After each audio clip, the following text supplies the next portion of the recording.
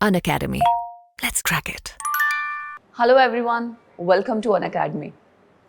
UPSC CSC 2022 का result आ चुका है।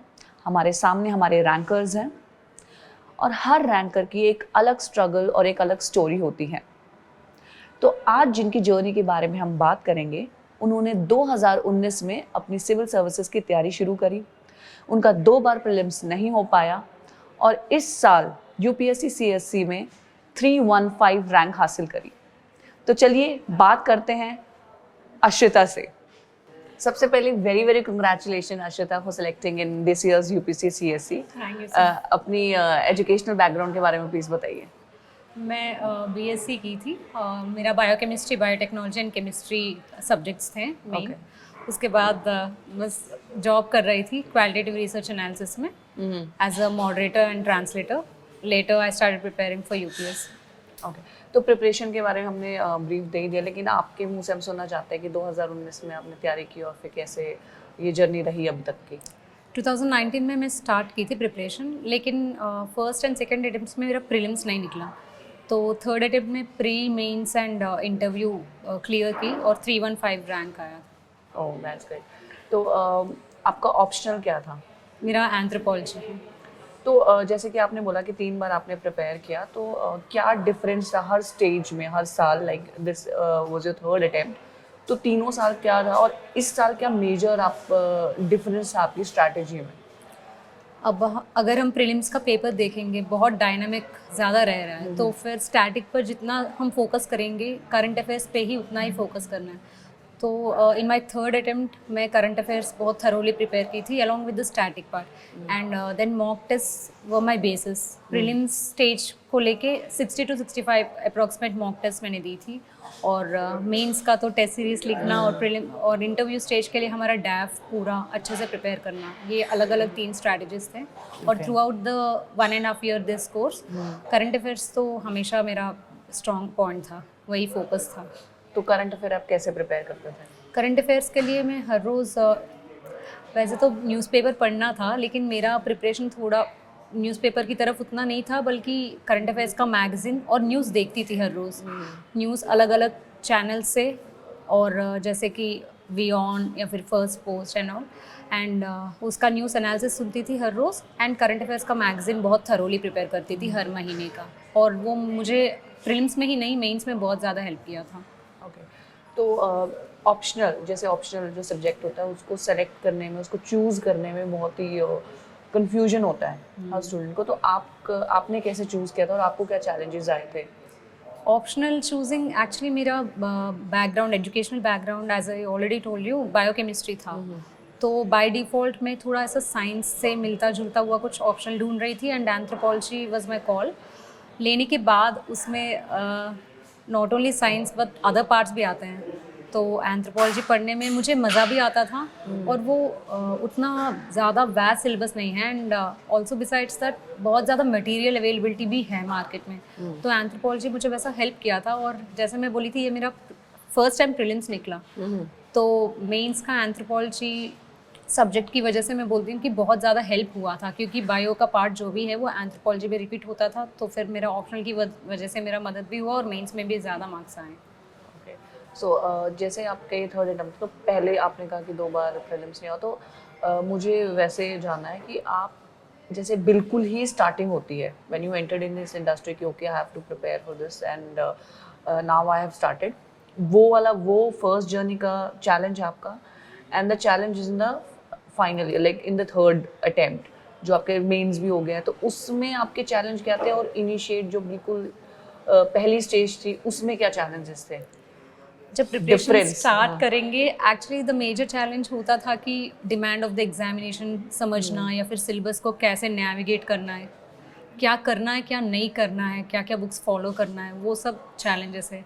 जब अटेम्प्ट्स बढ़ते जाएंगे, और लास्ट अटेम्प्ट जैसा कि मेरा थर्ड अटेम्प्ट है, तो इसमें एडिशनल चैलेंजेस जैसा कि थर्ड अटेम्प्ट का प्रेशर, और ऑलरेडी हम बहुत कुछ पढ़ के रखे हैं तो फिर वो यूज़ होगा, या फिर नया मटेरियल से पढ़ना है, और एंड बाहर रह के प्रिपेयर करने का वो अलग चैलेंजेस रहते हैं। ये सारे हैं, एंड कॉमन इन दोनों का एक ही है कि वो प्रेशर को कैसे हैंडल करें, इतना वैस्ट सिलेबस का रिवीजन कैसे करें, या फिर कुछ मतलब बीच बीच में इम्पोस्टर सिंड्रोम, जैसे कि are we really capable of cracking the exam, ये सारा बहुत ज़्यादा होता था, प्रेशर और एंग्जाइटी। हाँ, तो जैसे प्रेशर और एंग्जाइटी मतलब एक्चुअल में ये होता है, तो आपने कैसे ओवरकम किया उस? मेरा सोशल लाइफ बहुत हेल्दी था। मैं कभी प्रिपरेशन के दौरान मेरे फ्रेंड्स और फैमिली से हमेशा टच में रहती थी। वो मेरा मतलब प्रेशर रिलीविंग का एक टेक्निक था। हमेशा मैं शेयर करती थी सब कुछ। कभी कभी बहुत लो फील करते हैं जब हम बहुत सारे पढ़े रहते हैं और क्वेश्चंस हमसे नहीं हो पाता है। कभी कभी प्रीलिम्स मॉक्स लिखते हुए या फिर मेंस का टेस्ट सीरीज जब लिखते हैं तो फिर क्वेश्चंस अचानक आउट ऑफ द ब्लू कहीं से आ जाते हैं। तो वो प्रेशर के लिए बस हम अपने फ्रेंड्स जो हमारे साथ तैयार कर रहे हैं उनसे डिस्कस करना, या फिर हमारा फैमिली जो थोड़ा समझ पाता है कि सिचुएशन क्या है, बिकॉज एग्ज़ाम इतना आसान भी नहीं है।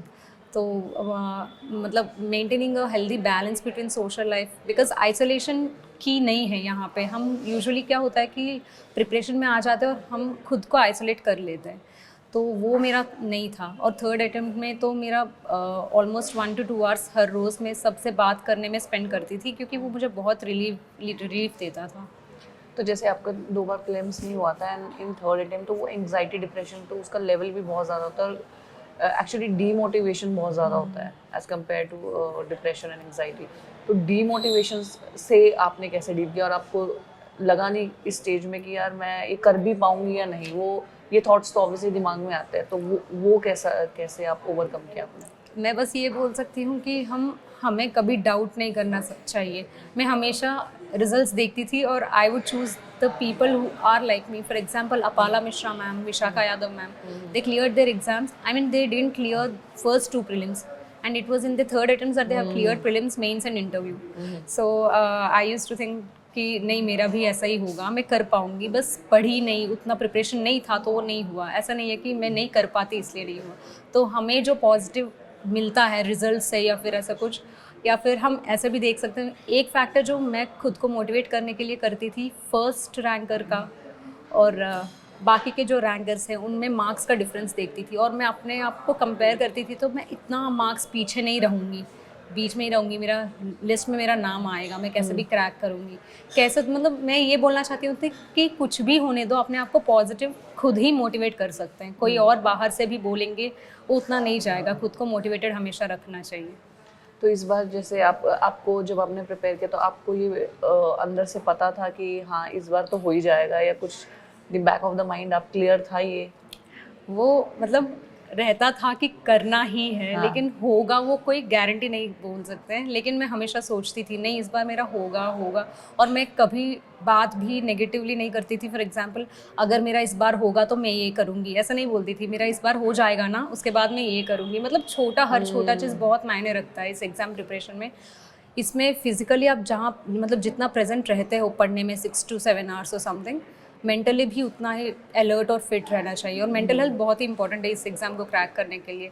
तो मैं छोटी छोटी आदतों से पूरा बदली। थर्ड अटेम्प्ट में मैं हमेशा नेगेटिव कभी नहीं सोचती थी, हमेशा पॉजिटिव सोचती थी कि मेरा क्लियर होगा तो ऐसा करके। तो वो बहुत ही इंपॉर्टेंट मुझे लगता है, क्योंकि यूजुअली डीमोटिवेट बहुत आसानी से हो जाते हैं, बिकॉज लॉन्ग स्टडिंग आवर्स और फैमिली से दूर रहना, या फिर हमारी मतलब सराउंडिंग पॉजिटिविटी से ज़्यादा नेगेटिविटी मिलने को रहता है।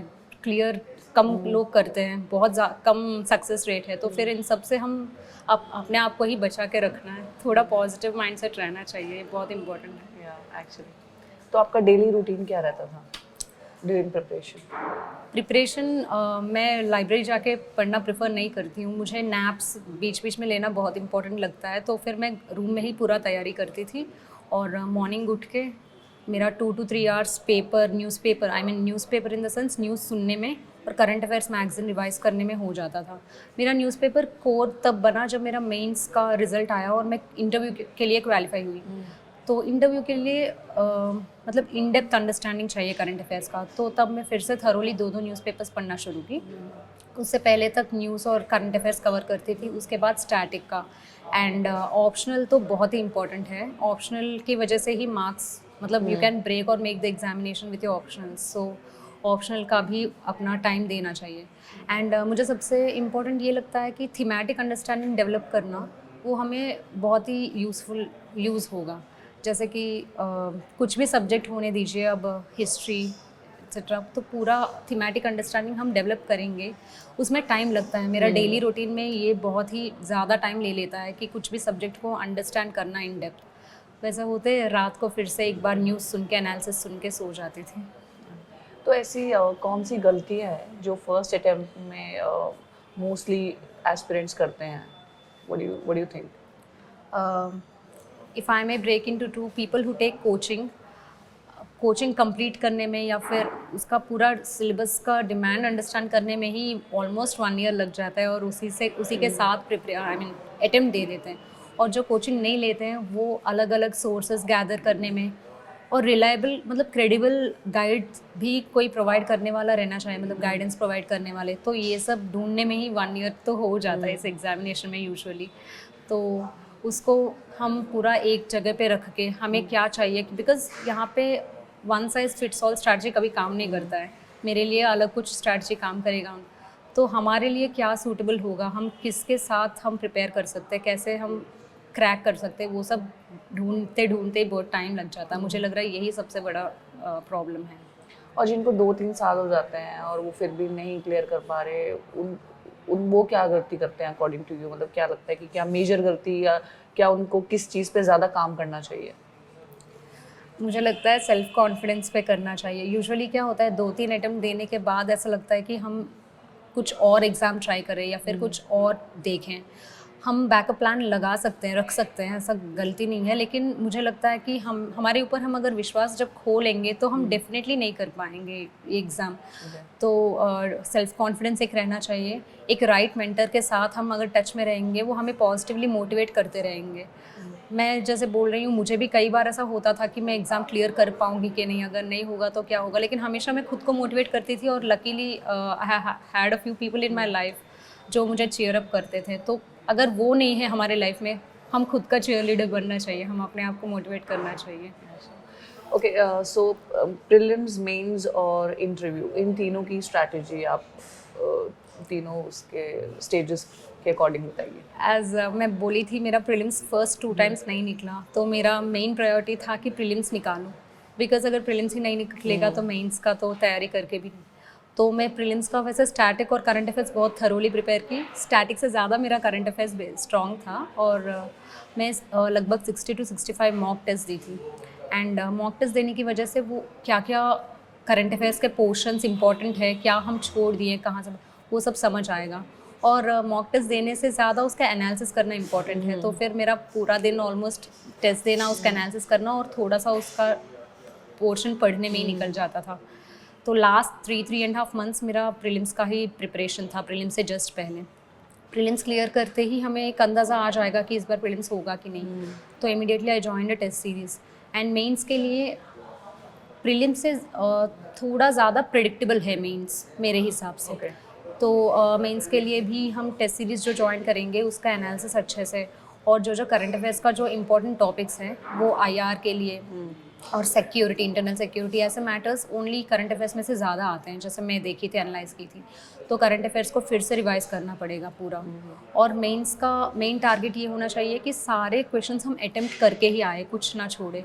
तो मेरा टाइम एडजस्टमेंट और टाइम मैनेजमेंट बहुत ज़्यादा प्रॉब्लमेटिक था। तो फिर मेरा फोकस ये था कि पूरा पेपर अटेम्प्ट करके आऊँ, एंड इट रियली हेल्प। इस बार तो एथिक्स का पेपर काफ़ी लेंदी था, लेकिन अटेम्प्ट करके आ पाई, because that was my only aim. And interview को आके डैफ का तो पूरा प्रिपरेशन करंट अफेयर्स के साथ करना है। मेरा इंटरव्यू तो ऑलमोस्ट 90% डैफ से ही गया है। तो अगर डैफ से हम प्रिपेयर करेंगे तो वो प्रिपरेशन बहुत स्ट्रॉन्ग होगा। इंटरव्यू में क्या पूछेंगे वो तो हम प्रिडिक्ट नहीं कर सकते हैं, लेकिन हमारी तरफ से प्रिपरेशन अच्छा होके जाने से कॉन्फिडेंस तो आ जाएगा। तो अनअकैडमी का क्या कंट्रीब्यूशन रहा है आपकी प्रिपरेशन में थ्रू आउट?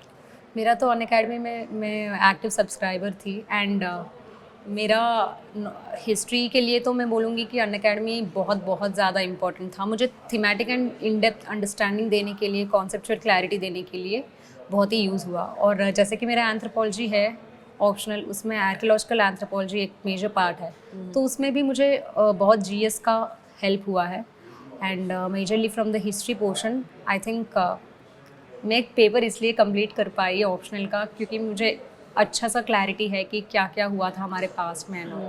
एंड अनअकैडमी मुझे लगता है हम कभी भी कहीं से भी एक्सेस कर सकते हैं, तो फिर हम हमारे शेड्यूल के अकॉर्डिंग हमारा टाइम टेबल प्रिपेयर करके हम क्लासेस ले सकते हैं। तो इसलिए मुझे लगता है कि मैं ऑनलाइन स्टूडेंट थी, तो वो मैं ट्रैवलिंग में या फिर कभी कुछ काम में भी होती, तो अपने आप को एंगेज रखने के लिए, अपने आप को वो प्रिपरेशन एनवायरनमेंट में रखने के लिए बहुत यूज़ हुआ है।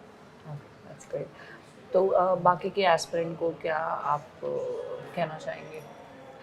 जैसा कि मैं बोलती आ रही हूँ, अपने आप विश्वास रखना चाहिए। हमारे सराउंडिंग बहुत ज़्यादा narratives, voices, majorly negative voices रहेंगे, लेकिन हम अपने आप को मोटिवेट करते हुए हमारे जो ट्रू फ्रेंड्स या फैमिली जो रहते हैं, वेल विशिंग पीपल कोई भी होने दो, उनसे कंटिन्यूसली टच में रहना चाहिए। हम अगर सेक्लूड हो जाएंगे, आइसोलेशन में रह जाएंगे, तो हमें we are more prone to negativity, तो वो नहीं करना चाहिए। हम जितना भी टाइम पढ़ेंगे अच्छे से पढ़ के, बाकी का टाइम थोड़ा सोशल एंड मेंटल हेल्थ पे वर्क करना चाहिए, और हमेशा ये बिलीव करना चाहिए कि हम कर सकते हैं। Thank you so much, Ashita ji, and all the best for your future endeavor. Thank you. Thank you so much. Unacademy. Let's crack it.